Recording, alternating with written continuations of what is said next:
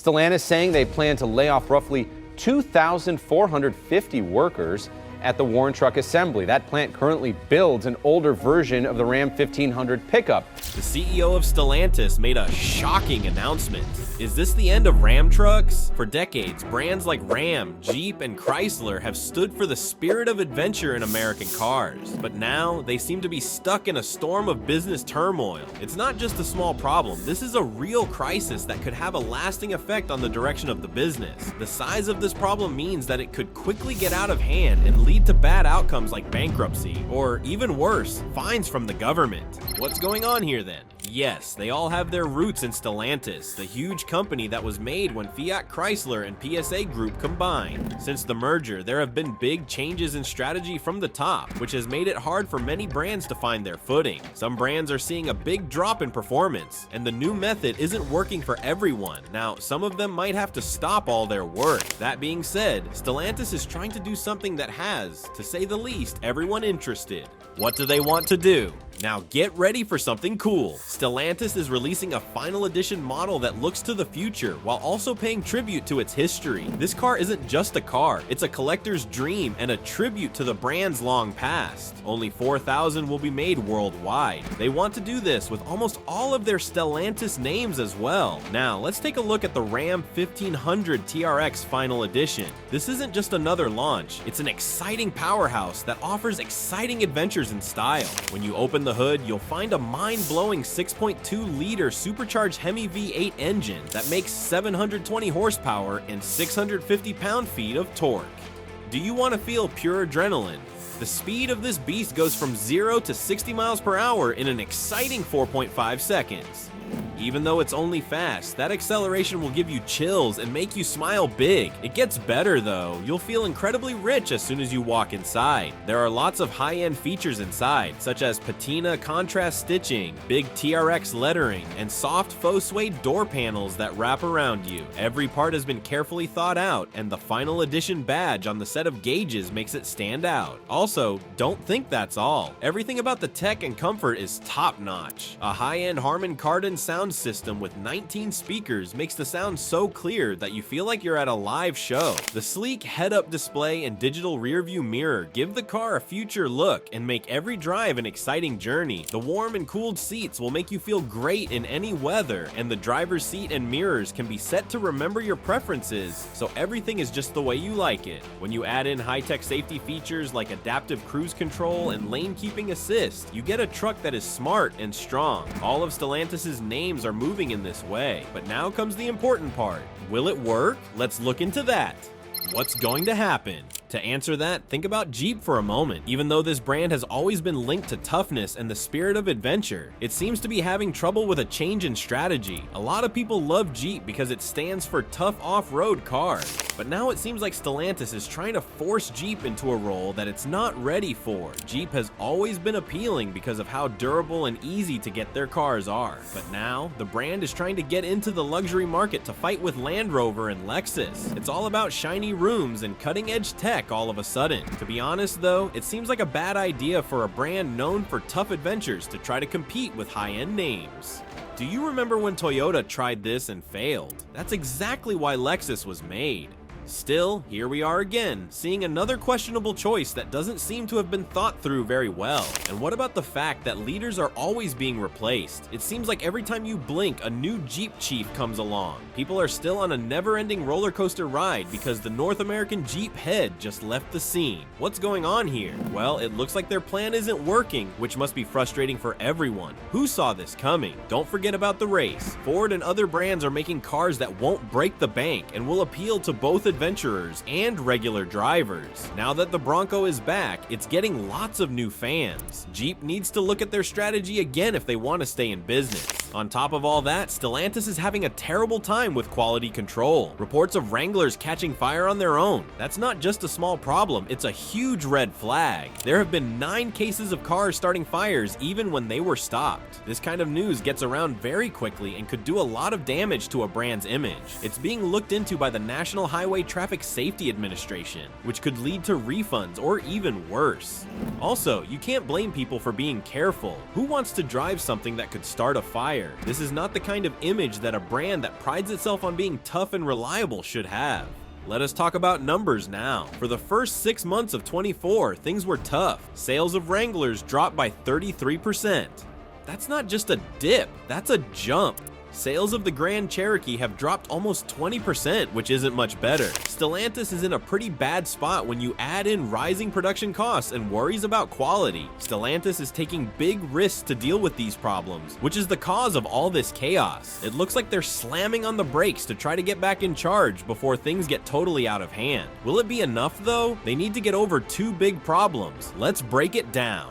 Sticker shocks. Here's where things get tricky for Stellantis. They need to think about lowering their prices if they want to get sales going again. They have said they will offer deals, like $5,000 off, but let's be honest, buyers want much bigger saves. When people spend tens of thousands of dollars on a new car, they want to get the best value for their money. Imagine going to your favorite store to get a great deal on jeans, only to find that they're still priced like expensive fashion items. You know that down the street you can get something similar for half the price. That's exactly how people who want to buy those Wranglers and Grand Cherokees feel right now. Getting back in touch with customers is their first big challenge.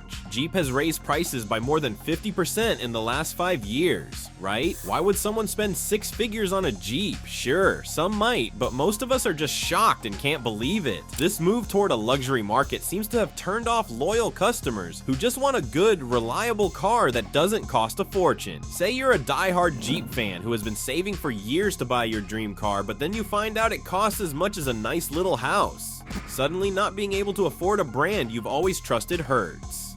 As a possible buyer, how would that make you feel? Feeling down? Are you angry? It's hard to see a well-liked brand change into something that seems exclusive and out of reach. Stellantis needs to get back in touch with its core customers, adventure seekers who want dependability without having to spend all their funds. Jeep needs to remind us of the things that made us love the brand in the first place. Camping trips with the family on the weekends and not having to pay a lot of money to fit all of your gear in the back. What if they released limited versions at lower prices or changed how they sell their products to emphasize both price and performance? It would hit home to see ads of families taking road trips in their Wranglers without having to worry about their wallets. It looks like the recent drop in sales has made it harder for them to see what customers really want, but how could you blame them? I would be sweating like crazy right now if I were Carlos Tavares, the CEO. How bad is this? Come on, let's talk about Jeep and its bad luck lately. The first big hit. It's clear that things are tough in the car industry right now because market share dropped almost 20%. In the first half of 24, sales of the Wrangler dropped by an amazing 33% and sales of the Grand Cherokee dropped by almost 20%. These are not just numbers. They show that customers have lost a lot of trust and attention, which has a direct effect on market share.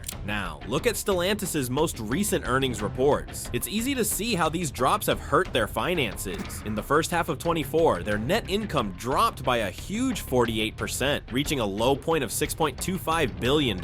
That's a huge drop, much smaller than what experts thought would happen. The main reasons for this slowdown are fewer sales and an unfavorable mix of cars. Have you seen that some types of cars aren't selling as quickly as they used to? It makes sense that sales and earnings will go down when fewer cars are sold. This drop in sales is definitely making Stellantis feel bad. The mix of vehicles is also a very important problem here. Think about it. How does it affect their earnings if the models that make them more money aren't selling well and more of the models that don't? Just right. This bad mix is making things even more difficult. What is Stellantis going to do now? It's clear that they're in a tough spot, and these earnings numbers show how important it is now. They'll have to change their plans if they want to make things better. They might need to change the way they sell their products or come up with new ways to get more customers. But let's be honest, they need to fix these main problems first before going after the luxury market. They need to deal with this second big problem. What's the answer? Let's get down to what Stellantis really needs to do. Get back in touch with its customers and deal with some major problems that are hurting their image. There are many problems with these cars, and they're making people think badly of the brand. Quality control is at the top of the list. Jeep has had a lot of problems with dependability and build quality. They need to deal with these problems head on if they want to win back customers' trust. It's not enough to just fix problems. They need to show buyers that they're committed to always giving them high-quality, reliable cars.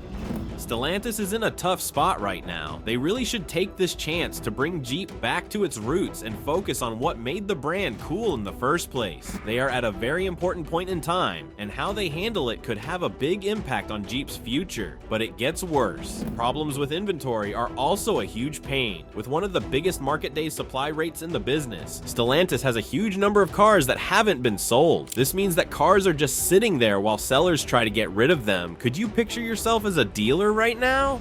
Bills keep coming in for cars that won't leave the lot. It's like being stuck in mud with no way out. The heat is on for dealers as they try to keep their businesses going while keeping their product prices in check. Think about this. You have brand new cars in your store that aren't selling, and each day they sit there doesn't bring in any money. Being able to stay alive is more important than just moving metal. Suppose your income depended on how quickly those cars could be sold. How would you feel? Stellantis and its brands don't know what the future holds, but it's clear that buyers and sellers both deserve a better experience. As we follow this story, it brings up interesting questions about brand loyalty, cost, and what it means to really be a part of a brand community. So let's take it apart together. Where's the backup?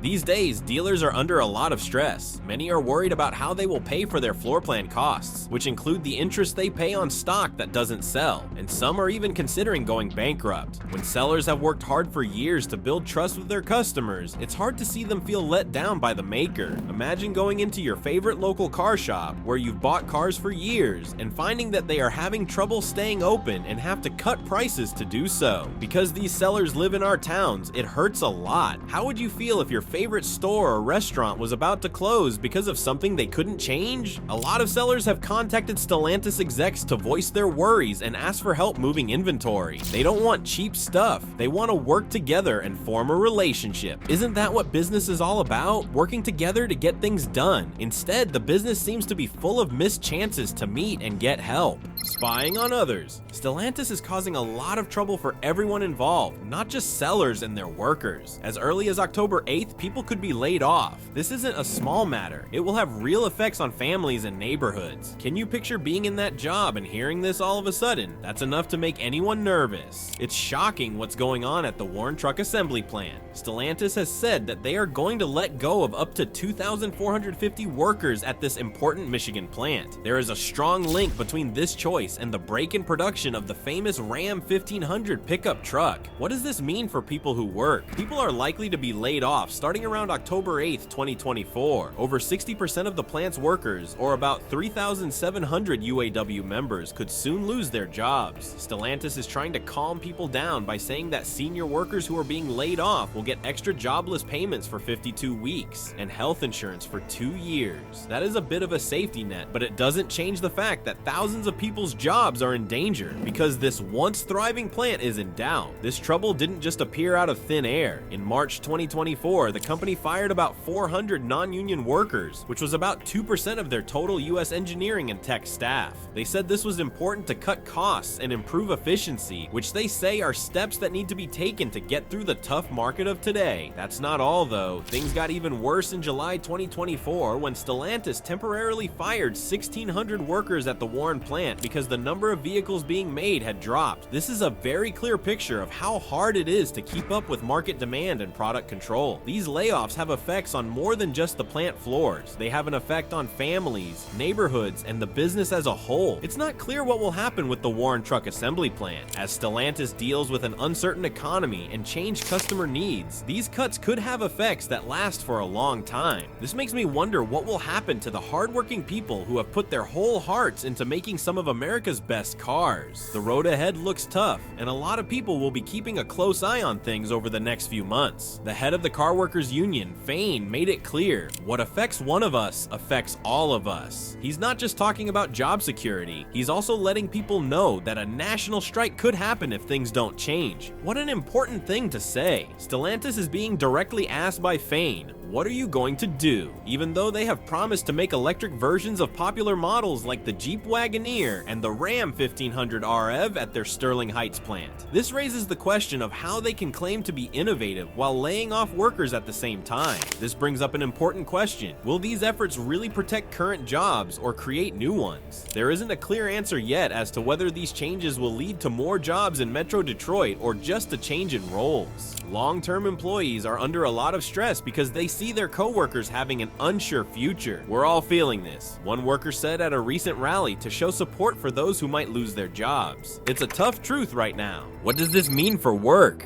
Workers at Stellantis are under a lot of stress because of last year's tough talks for higher pay. There is a mix of worry and uncertainty in the air. As part of a big strike led by the United Auto Workers, these talks gave people hope that working conditions would get better. But now, that hope is less strong because I feel more and more afraid. Workers don't know what's going to happen next because the company is having its own problems. Cooper, who is in charge of a team at the Toledo Assembly Complex, says that confidence has dropped to a new low. According to him, experienced workers are raising concerns about the possibility of moving the plant to Mexico because of rising labor costs in the US. As sales drop, these concerns become more serious and less like idle talk. People are afraid that they will lose their jobs, which makes their daily work at the plant a stressful game of what-ifs. Similarly, Lori Naylor, who works in the chassis department at the Warren Truck plant, talks about how unhappy and scared she is about how many of her coworkers' situations are getting worse. People are really scared, especially those who are worried about making ends meet because they think they might lose their jobs soon.